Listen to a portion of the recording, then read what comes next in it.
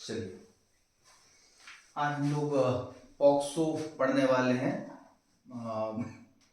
POCSO की जब हम बात करने वाले हैं, लैंगिक अपराधों से बालकों का संरक्षण अधिनियम, जो मध्य प्रदेश सिविल जज के पर्पज से महत्वपूर्ण है। और इसमें जो है 3 नंबर का आपसे मध्य प्रदेश सिविल जज में पूछा जाने वाला है।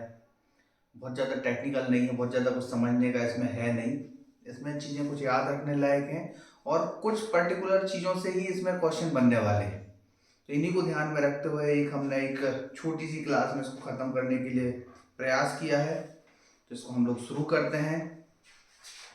सबसे पहले हम लोग जो है इसके, हाँ, एक चीज़ और हम बोल देना चाहते हैं कि यदि आपके पास कोई पुराना बैरक है जो अमेंडेड नहीं है, तो आप लोग नया बैरक जरूर खरीदें, क्योंकि अमेंडेड बैरक से ही पढ़ें। तो बहुत सारे सेक्शन में अमेंडमेंट हो चुका है, तो इस चीज़ को ध्यान में रखते हुए नया बैरक जरूर परचेज कर लें। ठीक है, चलिए।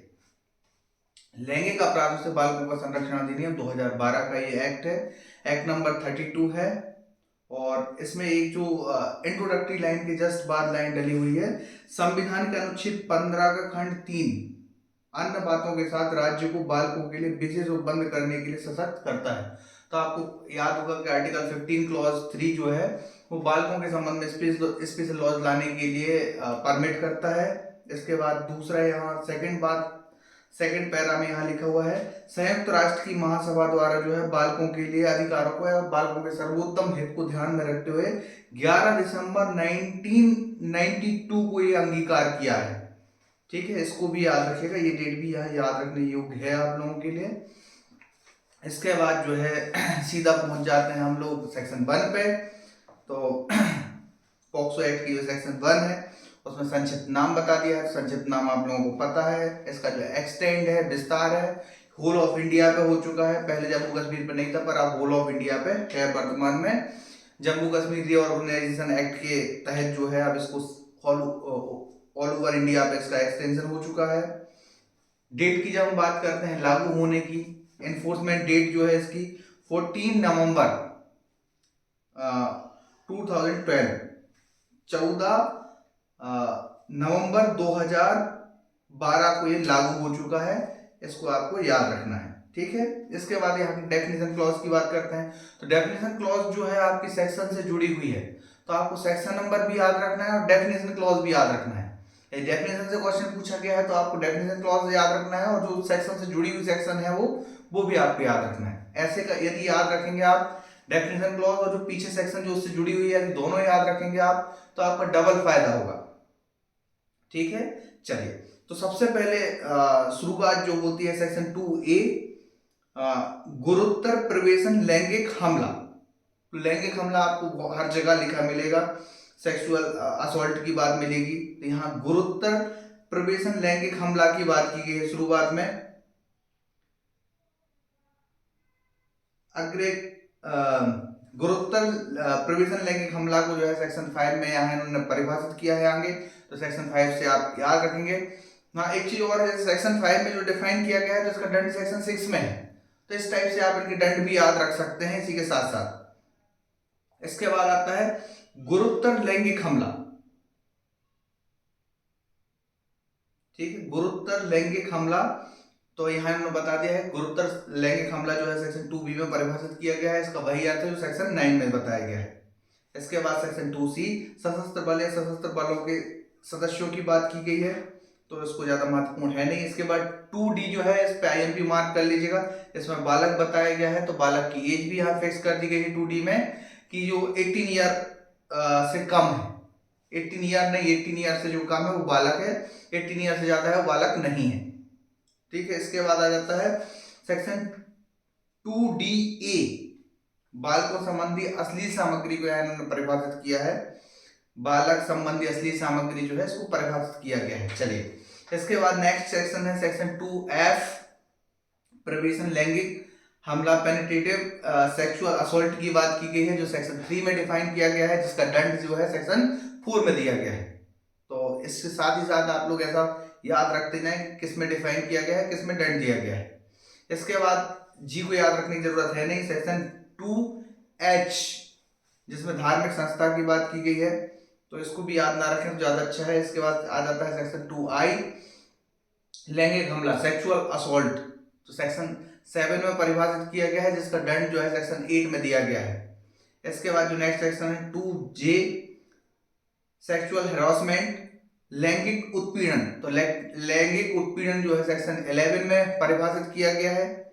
इसके बाद सेक्शन 2K में जो है साझी गृहस्थी, शेयर्ड हाउस होल्ड की बात की गई है। तो साझी गृहस्थी को याद रखिएगा, इसमें लिखा हुआ है अपराध से आरोपित व्यक्ति बालक के साथ घरेलू नातेदारी में रहता है या किसी समय रहा है। तो बालक के साथ जो है अपराधी भी साथ में रहा है, इसी को घरेलू साझी गृहस्थी बोला जाएगा। इसके बाद आ जाता है सेक्शन 2L में विशेष न्यायालय की बात की गई है और विशेष न्यायालय का वही अर्थ है जो सेक्शन 28 में बताया गया है। इसके बाद 2M, विशेष लोक अभियोजक की बात की गई है। विशेष लोक अभियोजक वही है जो सेक्शन 32 में बताया गया है और इसमें 7 साल की प्रैक्टिस की बात की गई है विशेष लोक अभियोजक के लिए। तो ये भी याद रखिएगा, क्योंकि कई बार हम लोगों के दिमाग में चलता है कि विशेष लोक अभियोजक मतलब 10 साल, पर इसके पर्पज से जब हम बात करते हैं 32 में तो 7 साल की बात की गई है, जो अभी आगे हम लोग देखेंगे। इसके बाद उन्होंने बता दिया है कुछ शब्द जो है यहाँ परिभाषित यूज किए गए हैं पर परिभाषित नहीं है। भारतीय दंड संहिता में, भारतीय दंड प्रक्रिया संहिता में, किशोर न्याय अधिनियम जो है 2000 में, या सूचना प्रौद्योगिकी अधिनियम में यदि परिभाषित किए गए हैं तो उनके वही अर्थ होंगे जो वहां दिए गए हैं, उनकी डेफिनेशन यहाँ यूज हम कर सकते हैं। ठीक है। इसके बाद आ जाता है चैप्टर 2, जिसमें फर्स्ट डेफिनेशन है सेक्शन 3, प्रवेशन लैंगिक हमला, पेनिट्रेटिव सेक्सुअल असॉल्ट। इसकी डेफिनेशन जो है सेक्शन 2F में दी गई है, आपको याद होना चाहिए। और इसमें वही सब चीजें लिखी हुई हैं जो जनरली लिखी रहती हैं, तो ज्यादा आपको यहाँ डीप में जाने की जरूरत नहीं है। बस आपको याद ये रखना है कि सेक्शन 3 में जो है प्रवेशन लैंगिक हमला को परिभाषित किया गया है। इसके दंड की जब बात आती है तो सेक्शन 4 में इसके दंड की बात की गई है, पनिशमेंट की बात की गई है। पनिशमेंट में आप लोगों को पता होना चाहिए सेक्शन 4 में जो पनिशमेंट दिया गया है कि यदि कोई प्रवेशन लैंगिक हमला कार्य करेगा जो सेक्शन 3 में परिभाषित किया गया है या सेक्शन 2F में परिभाषित किया गया है, तो उसके लिए जो पनिशमेंट होगी 7 वर्ष से कम नहीं होगी और जो लाइफ इम्प्रिजनमेंट तक हो सकेगी, प्लस फाइन, हिंदी वाला और प्लस फाइन है। ठीक है। और यदि कोई व्यक्ति जो है 16 वर्ष से कम आयु का है, उसके साथ यदि ऐसा कोई अपराध किया जाता है तो 20 वर्ष से कम की नहीं होगी और जो आजीवन कारावास तक की हो सकेगी, प्लस फाइन भी लगाया जाएगा। तो ये सेक्शन 4 जो है अमेंडेड सेक्शन है, सेक्शन 4 में अमेंडमेंट हो चुका है। इसके बाद आ जाता है सेक्शन 5, गुरुतर प्रवेशन लैंगिक हमला, जिसकी डेफिनेशन सेक्शन 2A में दी गई है। तो इसी के साथ 2A भी आप लिख लीजिएगा सेक्शन 5 के साथ। और गुरुतर प्रवेशन लैंगिक हमला की जो विशेषता है, इसमें पुलिस अधिकारी द्वारा, सशस्त्र बल के सदस्य द्वारा प्रवेशन लैंगिक हमला कायद किया जाता है, लोक सेवक द्वारा किया जाता है, किसी अस्पताल के कर्मचारी द्वारा किया जाता है, किसी शैक्षणिक संस्था के कर्मचारी द्वारा किया जाता है, बालक के साथ सामूहिक रूप से किया जाता है, घातक आयुधों के साथ सुसज्जित होकर किया जाता है, या जो ग्रीवियसनेस के साथ जो ऑफेंसेस किया जाता है, लैंगिक प्रवेशन हमला किया जाता है, उसके लिए दंड की व्यवस्था की गई है सेक्शन 5 में, जिसके लिए गुरुतर प्रवेशन लैंगिक हमला बोला जाता है। और इसकी जो पनिशमेंट है वो सेक्शन 6 में दी गई है। ठीक है। सेक्शन 6 में बता दिया गया है कि कोई व्यक्ति जो है गुरुतर प्रवेशन लैंगिक हमला कारित करेगा, उसके लिए जो है पनिशमेंट हो सकेगी जो 20 वर्ष से कम की नहीं होगी और जो आजीवन कारावास तक की हो सकेगी, प्लस फाइन, मतलब फाइन भी इम्पोज किया जा सकेगा। इसके बाद आ जाता है सेक्शन 7, जिसमें लैंगिक हमला को डिफाइन किया गया है। लैंगिक हमले की जब हम बात करते हैं तो 2I में इसके साथ ही डेफिनेशन दी गई है। ठीक है। इसमें स्पर्श करने वाली बात है, लैंगिक हमला को यहाँ स्पर्श करने से जोड़ के देखा गया है। और जब हम इसकी पनिशमेंट की बात करते हैं तो सेक्शन 8 में दी गई है। लैंगिक हमले के लिए दंड जो है यहाँ इन्होंने बता दिया है कि 3 वर्ष से कम की नहीं होगी, जो 5 वर्ष तक की हो सकेगी, प्लस फाइन, सेक्शन 8 में दिया गया है। तो इन डेफिनेशन को भी याद रखना है, कहाँ कौन सी डेफिनेशन दी गई है ये भी आपको याद होना चाहिए। इसके बाद आ जाता है सेक्शन 9, गुरुतर लैंगिक हमला। लैंगिक हमला 7 में है और गुरुतर लैंगिक हमला 9 में है। आपको याद होना चाहिए कि भाई कौन सी सेक्शन कहाँ है और किस पर्पज से दी गई है। इसकी जो डेफिनेशन है वो B में दी गई है। लैंगिक हमला को 2I में परिभाषित किया गया था, गुरुतर लैंगिक हमला जो है वो 2B में परिभाषित किया गया था। ठीक है। और गुरुतर लैंगिक हमले से आप समझ सकते हैं कि भाई पुलिस ऑफिसर द्वारा, लोक सेवक द्वारा जो कंटेंट आपको इसके जस्ट पहले सेक्शन 5 में मिले थे वही कंटेंट सेक्शन 9 में है। ठीक है। तो ऐसी दशा में जो है सामूहिक रूप से किया जाता है और बाकी सब चीजें जो है ऐसी दशा में जो है पनिशमेंट बढ़ जाएगी। तो इसकी पनिशमेंट सेक्शन 10 में दी गई है। सेक्शन 10 में बता दिया गया है गुरुतर लैंगिक हमले के लिए दंड। गुरुतर लैंगिक हमले के लिए जो दंड है वो 5 वर्ष से कम नहीं होगा, 7 वर्ष तक का हो सकेगा। लैंगिक हमले के लिए जो दंड था वो सेक्शन 8 में दिया गया था, जो 3 वर्ष से कम नहीं, जो 5 वर्ष तक। और जो गुरुतर लैंगिक हमला था उसमें जो है 5 वर्ष से कम नहीं, जो 7 वर्ष तक का हो सकेगा प्लस फाइन। ठीक है, याद रखिएगा। इसके बाद आता है लैंगिक उत्पीड़न, सेक्सुअल हैरासमेंट, सेक्शन 11। और इसी के साथ आपको याद रखना है सेक्शन 2J। तो हैरासमेंट में आप समझ सकते हैं कि भाई कैसे कैसे हैरास किया जाता है शब्दों द्वारा, और बहुत सारे कार्य हैं जो सेक्शन 11 में लिखे हुए हैं। आप डेफिनेशन पढ़ेंगे तो आपको समझ में आ जाएगा कि हैरासमेंट कैसे कैसे होता है। इसके पनिशमेंट की इसी के साथ आपको 2J भी याद रखना है सेक्शन 11 के साथ। इसी के साथ आपको इसकी पनिशमेंट वाली जो सेक्शन है वो है सेक्शन 12, लैंगिक उत्पीड़न के लिए दंड। तो लैंगिक उत्पीड़न के लिए इन्होंने दंड बता दिया, 3 वर्ष से कम नहीं होगा, 3 वर्ष तक का हो सकेगा, और जुर्माने से जो 3 वर्ष तक का दंड दिया गया है और जुर्माने से दंडित किया जाएगा लैंगिक उत्पीड़न के लिए, सेक्सुअल हैरासमेंट के लिए। ठीक है। इसके बाद आ जाता है सेक्शन 13। सेक्शन 13 में इन्होंने बता दिया है अश्लील प्रयोजनों के लिए बालक का उपयोग। यदि कोई व्यक्ति जो है अश्लील प्रयोजन के लिए बालक का उपयोग करता है तो सेक्शन 13 में इस अपराध को परिभाषित किया गया है, और इसकी जो पनिशमेंट की बात की गई है वो सेक्शन 14 में की गई है।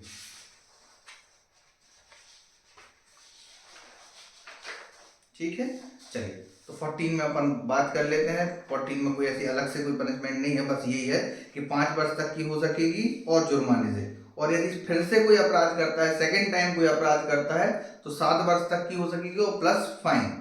अश्लील प्रयोजन के लिए यदि बालक का प्रयोग करता है तो पहला अपराध जो करता है 5 वर्ष प्लस फाइन, और यदि दूसरी बार या पश्चातवर्ती अपराध करता है तो 7 वर्ष प्लस फाइन। ठीक है। और यदि उसके साथ कोई और अपराध किया गया है 3, 5, 7, 9 में, तो 4, 6, 8 और 10 में उसको अलग से पनिशमेंट दी जाएगी। ठीक है, साथ ही साथ उसकी जो ग्रीवियसनेस है वो बढ़ जाएगी। इसके बाद आ जाता है सेक्शन 15, बालकों को सम्मिलित करने वाली अश्लील सामग्री के भंडारण के लिए दंड। तो यदि कोई अश्लील सामग्री वगैरह जो है उसके लिए बालकों को यूज करता है, सम्मिलित करता है, तो ऐसे अपराधी के लिए जो है 3 वर्ष तक का कारावास हो सकेगा और जुर्माने से, और दोनों से दंडित किया जाएगा। कुछ गड़बड़ हो गया, रुक जाइए। हाँ, यदि कोई बालकों का ऐसा अपराध करता है सेक्शन 15 में, बालकों को सम्मिलित करने वाले अश्लील सामग्री के भंडारण के लिए दंड की व्यवस्था की गई है। और दंड जो है यहाँ पेनाल्टी के रूप में है। पेनाल्टी के रूप में कैसा है, 5,000 रुपए तक का हो सकता है, और दूसरा वो पश्चातवर्ती है 10,000 रुपए तक का हो सकता है। याद रखिएगा, थोड़ा सा यहाँ अमेंडमेंट के बाद सेक्शन चेंज हो गई है, इसलिए पहली बार में जो है आपको 5,000 रुपए तक का जुर्माना लगाया जा सकता है, और दूसरी वो पश्चातवर्ती में जो है 10,000 रुपए तक का जुर्माना लगाया जा सकता है। इसके बाद आ जाता है सेक्शन 16, किसी अपराध का यदि आप दुष्प्रेरण करते हैं, किसी अपराध का मतलब है जो अपराध इसके जस्ट पहले बताए गए हैं। सेक्शन 16 में यदि उनका दुष्प्रेरण किया जाता है तो दुष्प्रेरण के लिए दंड जो है सेक्शन 17 में दे दिया गया है। दुष्प्रेरण की डेफिनेशन वैसे ही है जैसे 107 आईपीसी में दी गई है, वही डेफिनेशन लगभग यहाँ यूज की गई है। इसके बाद सेक्शन 17 दुष्प्रेरण के लिए दंड, तो यहाँ उन्होंने बोला है दुष्प्रेरण जो होगा अपराध के रूप में दंडित किया जाएगा। तो जो अपराध मूल अपराध के लिए दंड होगा वही दंड दिया जाएगा सेक्शन 17 में। ठीक है, चलिए आगे बढ़ जाते हैं। सेक्शन 18 पे आ जाते हैं। सेक्शन 18 में प्रयत्न की बात की गई है। तो यदि कोई व्यक्ति द्वारा प्रयत्न किया जाता है तो प्रयत्न के लिए जो दंड है वो दीर्घतम अवधि के आधे तक हो सकता है, आजीवन कारावास है तो उसके भी आधे तक का हो सकता है। सेक्शन 18 में ये बता दिया है। ठीक है, सेक्शन 18 में जो है प्रयत्न के लिए दंड बता दिया गया है, और प्रयत्न में उन्होंने बता दिया आधी अवधि तक का हो सकेगा। इसके बाद सेक्शन 19 आ जाता है। प्रयत्न की जो हम लोग बात कर रहे हैं, ये प्रयत्न जो है मूल अपराध का प्रयत्न है, जो यहाँ हम लोगों ने सेक्शन 3, 5, 6 इनमें कोई इन अपराधों का कोई प्रयत्न करता है तो उनके लिए दंड की व्यवस्था की गई है सेक्शन 18 में। ठीक है, इस अधिनियम के तहत जो भी अपराध है उनके प्रयत्न के लिए दंड की व्यवस्था 18 में की गई है, और 18 में बता दिया गया है कि आधे तक की हो सकती है। वही जैसे आईपीसी की सेक्शन 511 में है आधे तक का, तो यहाँ भी आधे तक की दंड की व्यवस्था की गई है। इसके बाद आ जाता है चैप्टर 5, मामलों की रिपोर्ट करने के लिए प्रक्रिया। तो सेक्शन 19 में जो है अपराधों की रिपोर्ट करने की बात की गई है। यदि किसी व्यक्ति को जानकारी मिलती है, संभावना, आशंका वगैरह प्रतीत होती है, अपराध के बारे में जानकारी है, तो वो किसको जानकारी देगा? विशेष किशोर पुलिस यूनिट को देगा या स्थानीय पुलिस को देगा। ठीक है, और इसमें थोड़ी बहुत और रिक्वायरमेंट भी उन्होंने बता दी है कि उदाहरण यदि कोई रिपोर्ट दी गई है तो एक संख्यांकित की जाएगी, लेखबद्ध की जाएगी, सूचना देने वाले को पढ़कर सुनाई जाएगी, पुलिस यूनिट द्वारा रखी जाने वाली पुस्तक में प्रविष्ट की जाएगी। ठीक है, बाकी चीजें और भी इसमें दी गई हैं तो देख लीजिएगा। और यदि कोई सद्भाव में कोई रिपोर्ट दी गई है तो उसके लिए कोई सिविल और आपराधिक दायित्व तो नहीं बनेगा। सेक्शन 20 सब सेक्शन 7 में ये स्पष्ट कर दिया गया है।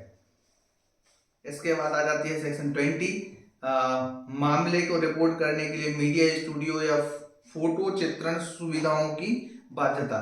तो छोड़ो, इसको कोई मतलब नहीं है सेक्शन 20 को। सेक्शन 21 पे आ जाओ, मामले की रिपोर्ट करने, अभिलेखित करने में विफल रहने के लिए दंड। यदि कोई अधिकारी वगैरह है जिसको रिपोर्ट दी जाती है, ऐसी रिपोर्ट लिखने में विफल रहता है या रिपोर्ट करने में कोई व्यक्ति विफल रहता है, मतलब सेक्शन 19 और सेक्शन 20 का कोई व्यक्ति जो है परिपालन नहीं करता है, तो 6 माह तक का कारावास और जुर्माने से दंडित किया जाएगा। और यदि ऐसा किसी कंपनी के द्वारा किया जाता है,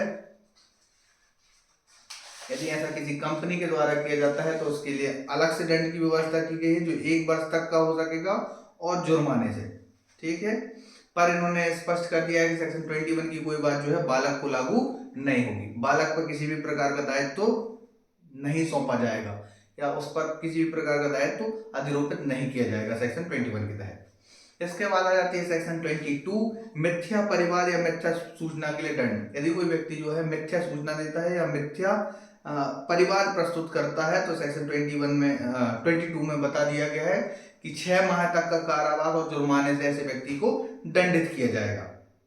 ठीक है, पर इसमें भी बता दिया गया है कि ऐसा किसी बालक पर निरूपित नहीं किया जाएगा दंड। और इसमें एक और चीज बता दी है सेक्शन 22 क्लॉज 3 में कि यदि ऐसा किसी बालक के विरुद्ध किया जाता है बालक ना होते हुए, तो उसके लिए अलग से व्यवस्था की गई दंड की जो 1 वर्ष तक की हो सकेगी और जुर्माने की।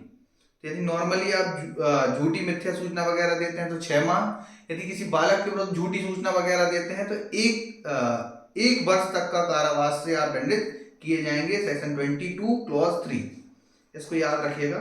इसके बाद मीडिया के लिए प्रक्रिया इन्होंने बता दी है सेक्शन 23 में। तो मीडिया को हर चीज पब्लिश करने की अनुमति नहीं होगी।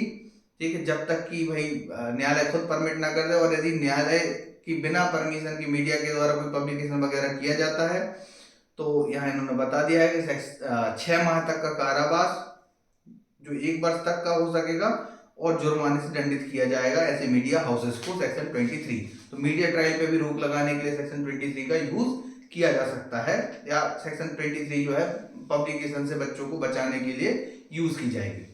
ठीक है, इसके बाद आ जाती है सेक्शन 24, बालकों के कथन को अभिलिखित करना। तो जनरली आपको पता होगा कि जो कथन वगैरह अभिलिखित किए जाते हैं पीड़ित के, वो 161 सीआरपीसी में किए जाते हैं, पर यहाँ स्पेशल प्रोसीजर बता दी गई है। यहाँ इन्होंने बता दिया है कि जो बालकों के कथन सेक्शन 24 में कौन अभिलिखित करेगा, उप निरीक्षक की पंक्ति से अन्यून कोई पुलिस ऑफिसर द्वारा किए जाएंगे।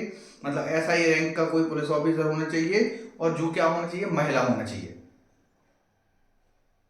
उप निरीक्षक की पंक्ति से अन्यून किसी महिला पुलिस अधिकारी द्वारा अभिलिखित किया जाना चाहिए। और जब ऐसे कथन वगैरह लिखे जाते हैं तो पुलिस अधिकारी जो है वर्दी नहीं पहनेगा, ड्रेस वगैरह लगा के नहीं आएगा।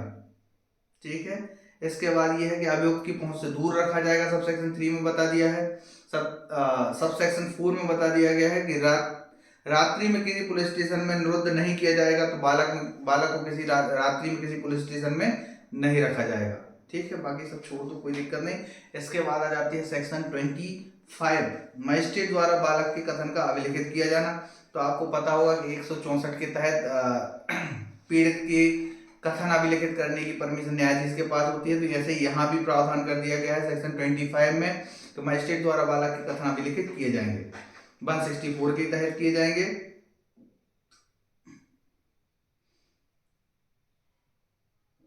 यहाँ इन्होंने बोल दिया है 164 के तहत जो बता दिया गया है कि अभियुक्त की अधिवक्ता की उपस्थिति में किया जाएगा, यहाँ लागू नहीं होगी। यहाँ अभियुक्त की अधिवक्ता की उपस्थिति में कथन अभिलिखित किया जाना की रिक्वायरमेंट नहीं होगी, ठीक है। इसके बाद एक प्रति जो है कथन अभिलिखित करने के बाद सामने वाले को दे दी जाएगी, कोई दिक्कत है नहीं सेक्शन 25 में। इसके बाद आ जाती है सेक्शन 26, अभिलिखित किए जाने वाले कथनों के संबंध में अतिरिक्त उपबंध। तो अतिरिक्त उपबंध में आप देख लीजिएगा कि भाई कैसे क्या है, कुछ एक तरीके से देखा जाए तो सेक्शन 26 में सावधानी के नियम दिए गए हैं, जिनके संबंध में क्वेश्चन बनने की संभावना हमें तो कम लगती है, पर आप लोग चाहे तो सेक्शन 26 पढ़ सकते हैं।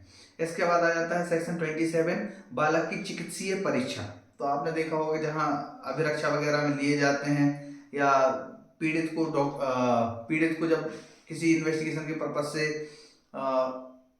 ट्रीट किया जाता है तो भाई उसकी जो है चिकित्सीय परीक्षा वगैरह की जाती है। तो 164A के अनुसार जो है इसकी चिकित्सीय परीक्षा वगैरह की जाएगी सेक्शन 27 पॉक्सो एक्ट में, ठीक है। इसके माता पिता की उपस्थिति में की जाएगी और बाकी सब चीजें यहाँ लिखी हुई हैं। इसके बाद आ जाता है सेक्शन 28, विशेष न्यायालयों को अभिहित किया जाना। तो आपको पता होगा कि पॉक्सो एक्ट के तहत विचारण करने के लिए कोई स्पेशल कोर्ट को परमिशन देना जरूरी है, तो उसी को ध्यान में रखते हुए सेक्शन 28 में जो है विशेष न्यायालयों की बात की गई है और विशेष न्यायालय को डेफिनेशन क्लॉज में 2L में परिभाषित किया गया है। तो यहाँ तुरंत विचारण उपलब्ध करने के प्रयोजन के लिए राज्य सरकार उच्च न्यायालय के मुख्य न्यायमूर्ति से परामर्श से राजपत्र में अधिसूचना द्वारा प्रत्येक जिले के लिए इस अधिनियम के अधीन अपराधों का विचारण करने के लिए किसी सेशन न्यायालय को एक विशेष न्यायालय होने के लिए अभिहित कर सकेगा। तो जो सेशन न्यायालय है वो विशेष न्यायालय हो सकेगा।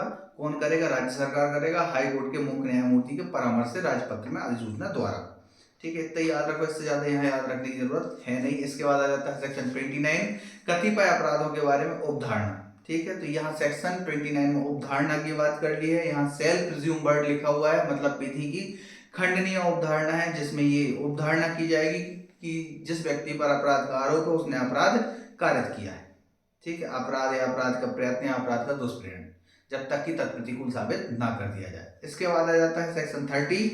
सेक्शन 30 में आपराधिक मानसिक दशा की उपधारणा की जाती है, मतलब मेंस्ट्रिया की उपधारणा की जा रही है सेक्शन 30 में।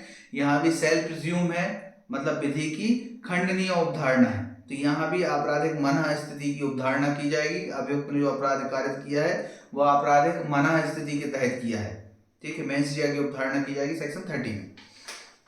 इसके बाद आ जाता है सेक्शन 31, विशेष न्यायालयों के समक्ष कार्यवाहियों को दंड प्रक्रिया संहिता 1973 का लागू होना। यहाँ बोल दिया विशेष न्यायालय के समक्ष जो कार्यवाहियां की जाएंगी उसमें जो उपबंध इस एक्ट में है तो ठीक है, नहीं है तो बाकी जो सेशन न्यायालय के समक्ष जो कार्यवाहियों में लागू होते हैं उनके संबंध में दंड प्रक्रिया संहिता के जो प्रावधान है वो लागू हो जाएंगे सेक्शन 30 के अकॉर्डिंग। इसके बाद आ जाता है सेक्शन 32, विशेष लोक अभियोजक। विशेष लोक अभियोजक को 2M में परिभाषित किया गया है, ठीक है। विशेष लोक अभियोजक जो है राज्य सरकार के द्वारा अपॉइंट किया जाएगा और इसके सब सेक्शन 2 में बता दिया गया है कि विशेष लोक अभियोजक वो हो सकता है जिसने 7 वर्ष तक जो है अधिवक्ता के रूप में कार्य किया हो। तो विशेष लोक अभियोजक के संबंध में 7 वर्ष वाली बात याद रखिएगा, क्योंकि कई बार हम लोग 10 वर्ष मान लेते हैं, तो 10 वर्ष यहाँ नहीं दिया गया है, यहाँ 7 वर्ष दिया गया है, याद रखिएगा। इसके बाद आ जाता है चैप्टर 8 सेक्शन 33, विशेष न्यायालयों की प्रक्रिया और शक्तियां। तो प्रक्रिया और शक्तियों के बारे में नियम यहाँ इन्होंने बना दिए हैं, तो देख लीजिएगा। बहुत ज्यादा कुछ यहाँ याद रखने की जरूरत है नहीं। प्रक्रिया से रिलेटेड नियम जो हैं जनरली सब में एक जैसे ही होते हैं, 33, ठीक है। इसके बाद आ जाता है सेक्शन 34, बालकों द्वारा अपराध किए जाने और विशेष न्यायालय द्वारा आयु का अवधारण करने के बारे में प्रक्रिया। तो यहाँ बालकों की जो है, यदि बालकों के द्वारा कोई अपराध वगैरह कर दिया जाता है तो ऐसे बालकों की जो है आयु का अवधारण करना जरूरी होता है। भाई एज जब पता चलेगी तभी तो आप उसके संबंध में प्रक्रिया के यूज कर पाएंगे। तो बालकों की जो आयु वगैरह जो है उसके संबंध में सेक्शन 34 में प्रावधान किया गया है। बहुत ज़्यादा कुछ महत्वपूर्ण नहीं है, बस याद रखिएगा कि ऐसा कोई प्रावधान दिया गया है, यदि ऐसा कुछ पूछ दिया जाता है तो सेक्शन नंबर आपको याद होना चाहिए। इसके बाद सेक्शन 35 आ जाता है, बालक के साक्ष्य को अभिलिखित और मामले का निपटारा करने के लिए अवधि। यहाँ इन्होंने बता दिया है कि बालक का जो साक्ष्य विशेष न्यायालय द्वारा अपराध का संज्ञान किए जाने की तारीख से 30 दिन के भीतर, तो अपराध का जैसे कॉग्निजेंस लिया जाता है उसके 30 दिन के भीतर बालक का साक्ष्य लिया जाएगा। और सेकंड क्लॉज में इन्होंने बता दिया है कि जैसे संज्ञान ले लिया जाता है अपराध का, वैसे संज्ञान लेने के 1 वर्ष के भीतर मामले को निपटाने का प्रयास किया जाएगा। सेक्शन 35 दोनों चीजें महत्वपूर्ण है, साक्ष्य 30 दिन में लेना है बालक का और 1 वर्ष में मामले को निपटाना है। सेक्शन 36 साक्ष्य देते समय बालक का अभियुक्त को ना देखना। तो भाई कोशिश ये की जाएगी कि भाई साक्ष्य जब अभिलिखित किया जाए 36 में तो बालक को जो है अभियुक्त के समक्ष उपस्थित ना किया जाए, क्योंकि आपराधिक विधि का सुस्थापित सिद्धांत है कि साक्ष्य जो है अभियुक्त की उपस्थिति में लिया जाता है। पर महिलाओं और बालकों के संबंध में कोशिश ये की जाती है कि अभियुक्त से उनका आमना सामना ना हो। इसके बाद आ जाता है सेक्शन 37, जो विचारण है वो बंद कमरे में संचालित किया जाए। अभियुक्त जो विचारण वगैरह है वो बंद कमरे में संचालित किया जाए, जिससे कि इन कैमरा प्रोसीडिंग की बात की जा रही है सेक्शन 137 में। इसके बाद आ जाता है 138, बालक का साक्ष्य अभिलेखित करते समय द्विभाषी और विशेष प्रबोधक की सहायता लेना। स्पेशल इंटरप्रेटर जो होता है या ट्रांसलेटर जो है, इनकी सहायता ली जाती है सेक्शन 138 में, सॉरी 138 के 38 ओनली 38, ठीक। चलिए इसके बाद आ जाता है सेक्शन 39, विशेषज्ञ आदि की सहायता लेने के लिए बालक के लिए मार्ग निर्देश। तो राज्य सरकार जो है मार्ग निर्देश बना सकता है जिसमें विशेषज्ञ की सहायता ली जा सकती है, सेक्शन 39। सेक्शन 40, विधिक काउंसिल की सहायता लेने के बालक का अधिकार। तो बालक के पास ये अधिकार होगा कि विधिक काउंसिल की वो सहायता ले ले, मतलब निःशुल्क विधिक सहायता की व्यवस्था करने की बात की जा रही है, एक तरीके से यही है, ठीक है। इसके बाद आ जाता है सेक्शन 41, कतिपय मामलों में सेक्शन 3 से 13 तक के उपबंधों का लागू ना होना। तो यदि किसी बालक की चिकित्सीय परीक्षा वगैरह की जा रही है, चिकित्सीय उपचार किया जा रहा है जो उसके माता पिता या संरक्षक की अनुमति से किया जा रहा है, तो ऐसे मामलों में जो है सेक्शन 3 से लेकर 13 तक के अपराध लागू नहीं होंगे, मतलब डॉक्टर के संबंध में लागू नहीं होंगे। 41 जो है स्पेशल एक्सेप्शन टाइप का है ये। इसके बाद सेक्शन 42, अनुकल्प दंड की बात की जा रही है। अनुकल्प दंड की बात का मतलब ये होता है कि आईपीसी में भी दंड है और यहाँ भी दंड है, तो जो गुरुतर है, जो ज्यादा है, वो दंड दिया जाएगा, ये बताया गया है सेक्शन 42 में। 42A, अधिनियम का किसी अन्य विधि के अल्पीकरण में ना होना, ठीक है। तो याद रखिएगा कि ये जो विधि है अन्य विधि के अल्पीकरण में नहीं होगी। इसके बाद आता है सेक्शन 43, अधिनियम के बारे में लोक जागरूकता की व्यवस्था की जाएगी। कि कोई किसके द्वारा की जाएगी लोक जागरूकता की व्यवस्था? पब्लिक अवेयरनेस किसके द्वारा की जाएगी? केंद्र सरकार राज्य सरकार दोनों के द्वारा की जाएगी। 44 में बता दिया गया है कि अधिनियम को क्रियान्वयन करने के लिए मॉनिटरिंग की जाएगी।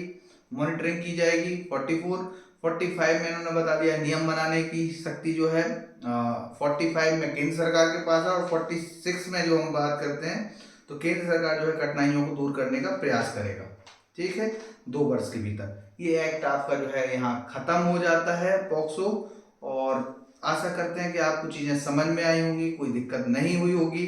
इसी के साथ जो है नेक्स्ट क्लास में जो है आईटी और इसी के साथ आईटी के साथ ही साथ हम लोग जो है जे एक्ट पे भी आगे चर्चा करेंगे। धन्यवाद।